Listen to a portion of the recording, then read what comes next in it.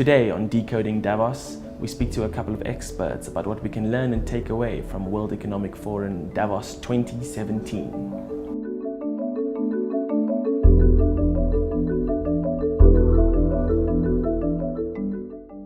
So Shalin, Davos 2017 is over. Many themes, many discussion points have come out of it.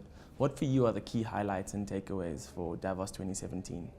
So I think we'll look back in a few years, maybe decades to come, that Davos 2017 was actually the inflection point, a watershed moment in the history of World Economic Forums that have taken place over the years at Davos, has been the one when the penny dropped. So Christine Lagarde, Managing Director of the IMF, has been saying for some time that there's a bunch of inequality in the world and that unequalness cannot continue.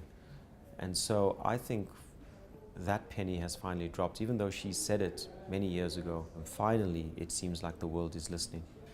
So emerging markets seem to be out of favor or out of context within what is happening in the developed world? Look, I think that one of the comments that I hear more often today from people who attend international conferences, whether it's Davos or anything else, is that it is quite difficult to get a mention for Africa or see where Africa features in people's thinking. I think Africa has had its time, and there's been a lot of talk about the demographic dividend and the high growth rates in some of the African economies. But I think that potentially some of that has now come to I wouldn't say a grinding halt, but certainly there's more subdued optimism around Africa. There's a more subdued narrative around Africa, and I think developed markets have their own huge fault lines, if you'd like, to fix. Not least of which is the thing we spoke about earlier, which is their unequal societies or the perceived unequalness. So for Team South Africa, we put our thermal underwear on and our big coats, and we band together as government and as private sector.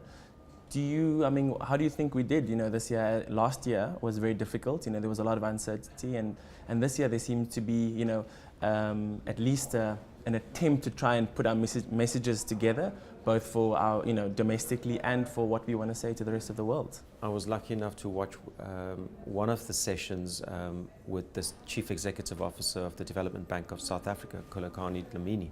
I thought he spoke very eloquently about some of the challenges facing Africa, not just South Africa, about the lack of connectivity, whether it's water, whether it's infrastructure, roads to transport things, ICT or broadband technology as well.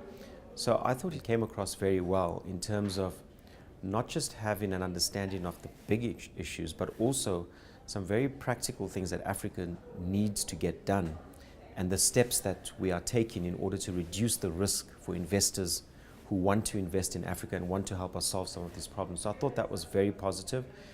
Clearly, the Deputy President appeared to be in high spirits and came across very well. There was a disconnect. I think for anyone watching Davos, they would have looked at Deputy President Ramaphosa talking at length about how great our renewable energy program is in South Africa and how we've attracted foreign investment, whilst at the same time we had press headlines here almost simultaneously talking about companies who have already invested in that program wanting to take, or potentially having to consider taking Eskom to court because Eskom is looking at renegotiating some of its commitments. So that disconnect, if you'd like, between the messages is not helpful. And we see it, just want to bring it back to on a very practical perspective. Lots of investment products have been created on the back of these programs. And pensioners, retirement savers are invested in these products. And there's a lot of nervousness about this. Now, there shouldn't be nervousness because the legal opinion is these projects are solid, the government guarantees are watertight, Eskom will have to follow through on its commitment. But the noise that's created is very unsettling. So the final sort of takeouts of Davos 2017 for Africa as a continent? The fact that there are lots of people that have been left behind. It's a very unequal world and unequal society 10 years post the global financial crisis. South Africa knows more about inequality, being one of the most unequal societies in the world. And I think that if I had to take away one thing, is that if we in South Africa don't focus on solving our own issues around inequality, we can see where this leads, and we are getting a front row seat, and we had that at Davos in terms of the discussion that will take place. So I think it, coming back to South Africa from Davos focuses one's mind as a South African on actually solving some of the big challenges facing our society from an inequality perspective. Thanks very much, Shalin, for your take on Davos 2017. It was a pleasure.